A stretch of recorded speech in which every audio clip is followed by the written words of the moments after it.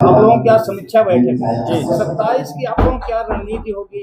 क्या चुनाव भर सभी विधानसभा में लड़ा जाएगा या फिर किसी के साथ समझौता? देखिए, समझौते का तो अभी कोई सवाल ही नहीं है। ना हमने अभी तक समझौता किया है जनसत्ता दल ने, और ना ही समझौते के लिए हम कोई काम कर रहे हैं। हम अपने दल का काम कर रहे हैं, अपने विचारों से काम कर रहे हैं। हमारे विचारों से अगर कोई सहमत होगा और हमारे राष्ट्रीय अध्यक्ष जी के विचारों से भी कोई सहमत होगा, तो फैसला राष्ट्रीय अध्यक्ष जी को लेना है, वो उनका विषय है। हम समीक्षा बैठक के लिए आए हैं, युवा प्रकोष्ठ की और किसान प्रकोष्ठ की। हमें ये देखना है कि हमारा प्रकोष्ठ बूथ स्तर तक पहुंचा है कि नहीं पहुंचा है, और कहाँ कमियां रह गई हैं, उन कमियों को पूरा करना है और चुनाव की तैयारी करनी है।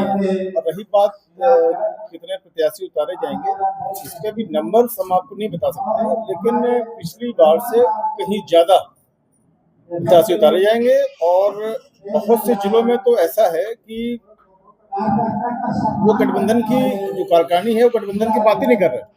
वो कह रहा है हमें तो जनसत्ता दल से ही लड़ना है और गठबंधन के लिए कोई चर्चा ही नहीं वहाँ पे।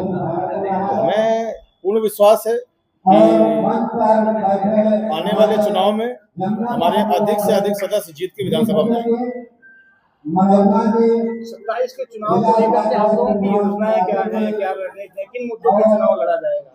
देखिए, स्वास्थ्य, शिक्षा, विकास सबका विषय है, वो मूलभूत विषय होना भी चाहिए, लेकिन युवाओं की कोई बात नहीं कर रहा, रोजगार की कोई बात नहीं कर रहा।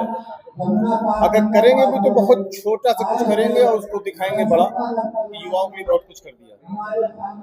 15 साल से 40 साल तक की आयु के 42 से 45% आबादी है उत्तर प्रदेश में, जिनको युवा कह सकते हैं। अब आप बोलेंगे 40 साल तक के युवा क्यों कह रहे हैं, जब 50 साल तक के लोग के राष्ट्रीय अध्यक्ष तमाम हैं जो अपने आप को युवा कहते हैं, तो हम 40 साल की कोई अतिशयोक्ति नहीं है।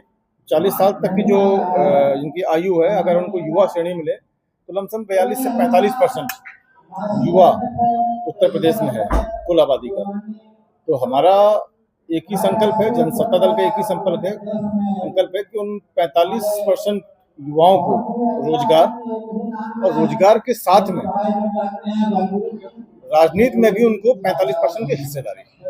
आपने युवाओं की बात की, अभी युवा काफी आक्रोशित है नीट के पेपर लीक को लेकर के, या ढेर सारी परीक्षाएं हुई जिनमें पेपर लीक हुआ है, और रोजगार को लेकर के, क्योंकि आने वाले पिछले कुछ समय में जो है वो वैकेंसी आई नहीं जिस अनुपात में आनी चाहिए, उन सबको लेकर